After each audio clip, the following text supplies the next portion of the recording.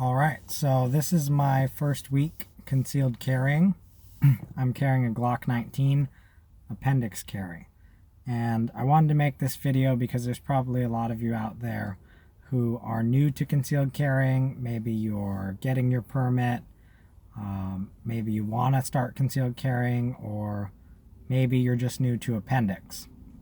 So I sort of wanted to talk about the benefits, some tips for you guys. I've been around guns for a long time. I've been shooting since I was a kid, and but I'm brand new to concealed carry. So I got my permit last Friday, and I've been carrying for a week now, every day as much as possible, trying to get used to it, and I've learned a few things along the way.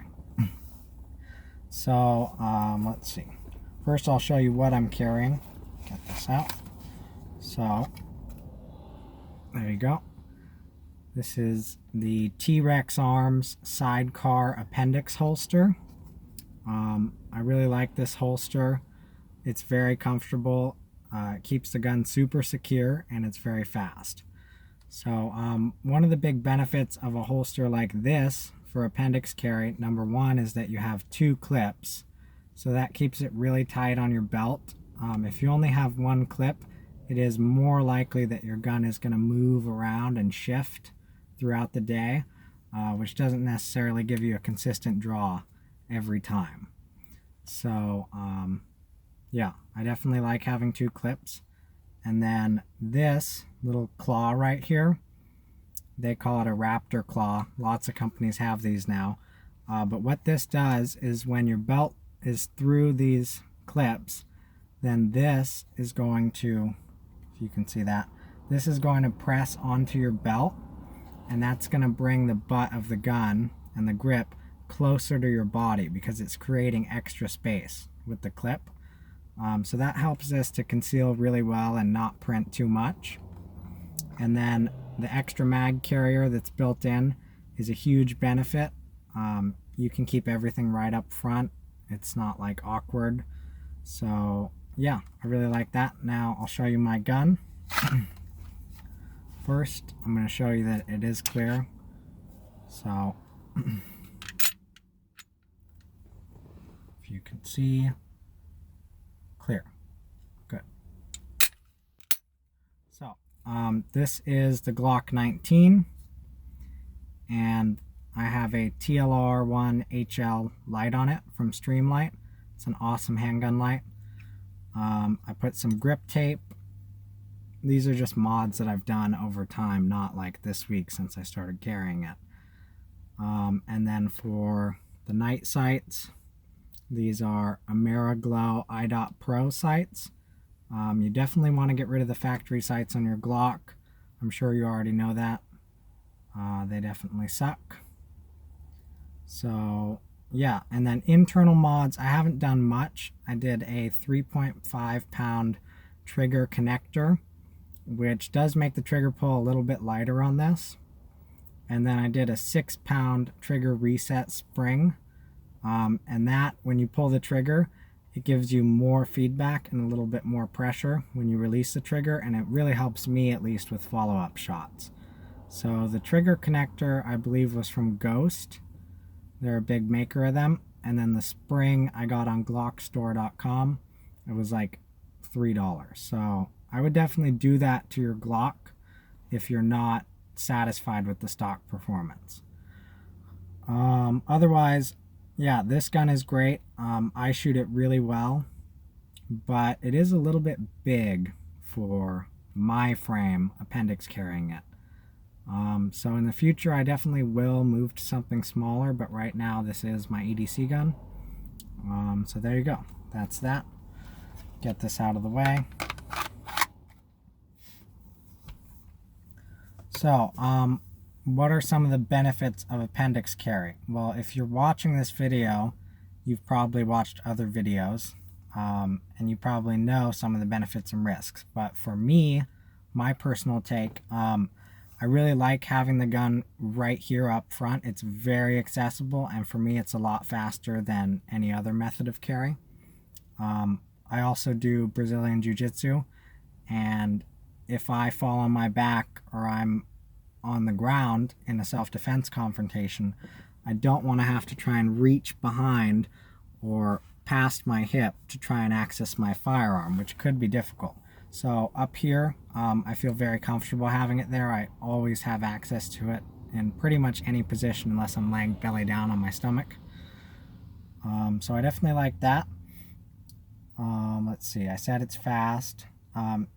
For me personally, it doesn't print on appendix carry. If I carry a gun at 3 or 4 or even 5 o'clock, it prints like crazy. I don't know why. I have kind of a short torso and long legs, and my hip bones stick out. So if I have anything there, it's like really obvious, unless I'm wearing a jacket, which I can't do all the time. So it's a great option for really hiding the gun.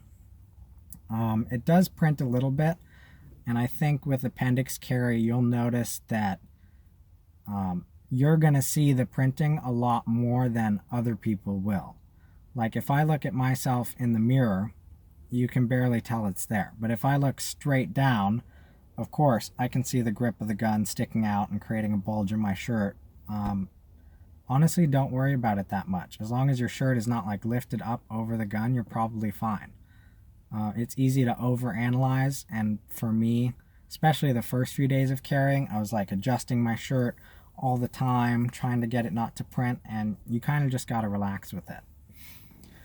Yeah, and then some of the risks of appendix carry, I'm sure you've heard people say, oh, you're going to shoot yourself down there, which would not be good. But really, with a good holster, any good holster is going to completely cover your trigger all the way around. So there is no way for this gun to go off unless I pull the trigger, which I physically can't in this holster. So the only way that you could have an accident is when you're drawing the gun or reholstering it. So that simply comes down to training. I definitely recommend that you get professional training and practice as much as you can, and really make sure that you have good trigger finger discipline before you ever consider appendix carrying, because that is the only way really that you would have an accident. Now another thing that I don't understand with that argument against appendix carry is how often are you unholstering and reholstering your gun? Well, the only time should be when you're at the range, or if you take your gun out for some reason. But to get this holster on and off, you do not need to remove the gun ever. So the only time I'm going to be drawing is at the range, or in the very unlikely situation that I actually have to use this to defend myself. Then I'll be drawing. So it's not like you're pulling the gun in and out 10 times a day whenever you're putting on the holster. There's no reason to. You can just clip this on and then clip it off when you don't want to wear it anymore. So in my opinion, appendix carry is actually very low risk, and I think it's a great option. But of course, weigh the benefits and the risks for yourself and make the decision that way. So some comfort issues that I have had with appendix carry. If you'll notice on my holster, obviously it's a light bearing holster.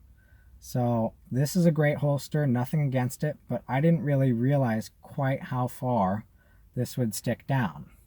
Otherwise the holster would cut off here, but this light sticking down actually does jab my leg a bit and like my inner thigh. So that's definitely not the most comfortable, and I really notice it when I'm sitting down. So if I could do it all over, I would not carry something this long, especially if it's like a light sticking out, because then you have just this one piece of plastic and the metal inside that's jabbing you. So for appendix, especially if you're new to it, I would go for something shorter.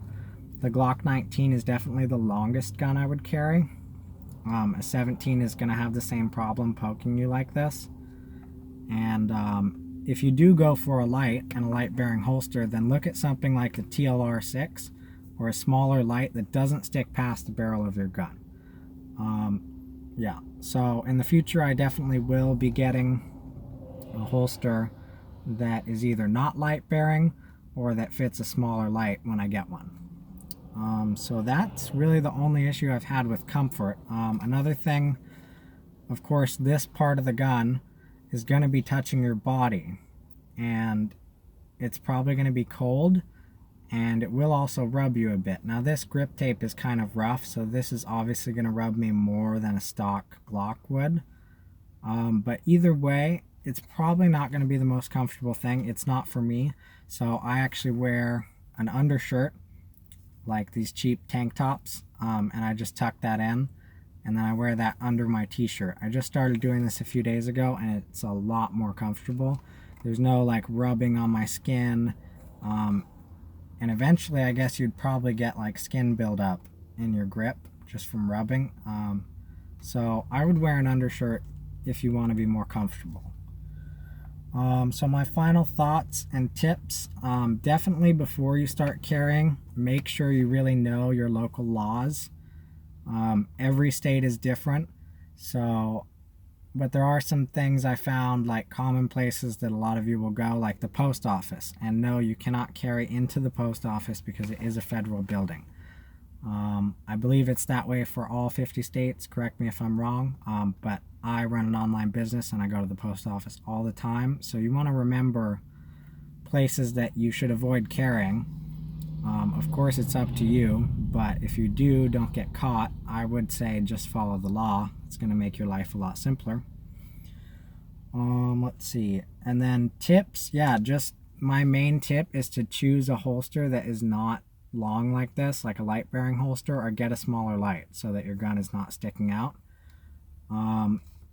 As I already mentioned, don't worry about printing too much. You're going to see it more than other people are, so that's not a big concern. Yeah, that's basically it. I hope this helps you guys. I'll see you later.